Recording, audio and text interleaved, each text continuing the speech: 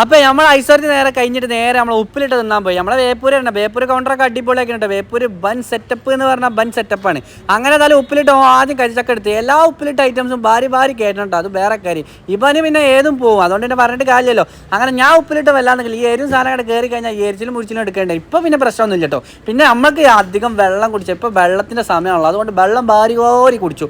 അങ്ങനെ അപ്പോൾ വെള്ളം കുടിച്ചിട്ടുണ്ട്, എന്താ ഉപ്പിലിട്ട് തിന്നുന്നുണ്ട്. ഇപ്പം എൻ്റെ തീറ്റാന്ന് കണ്ടു കഴിഞ്ഞാൽ അപ്പോൾ അതാ ഇപ്പം എന്നെക്കാട്ടി കടത്തി വെട്ടിയാറില്ല. ഞാൻ തീറ്റ കുറച്ചുകൊണ്ട് ഇപ്പം തീറ്റ കൂട്ടിയാറില്ലേ. അങ്ങനെ അതാ നെല്ലിക്കലും അച്ചാറ് കുത്തി എല്ലാത്തിലും അച്ചാറ് കുത്തുന്ന പരിപാടി തന്നെ. ഇപ്പോൾ നോക്കിയിട്ട് കാര്യമില്ല.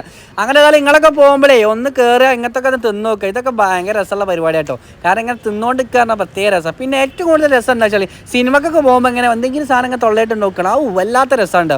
ആ ഒരു ഫീലാണ് നമുക്ക് ഇങ്ങനെ ഫീൽ ചെയ്യുക. വല്ലാത്ത ഫീൽ ചെയ്യുക എന്ന് പറഞ്ഞിട്ട് കാര്യമില്ല. അങ്ങനെ ഏതായാലും ഇവനെ കുറേ ഉപ്പിലിട്ടൊക്കെ തിന്ന് ഞാൻ ഏകദേശം അവനോട് തിരിച്ചിട്ടുണ്ടോ വേറെ കാര്യം.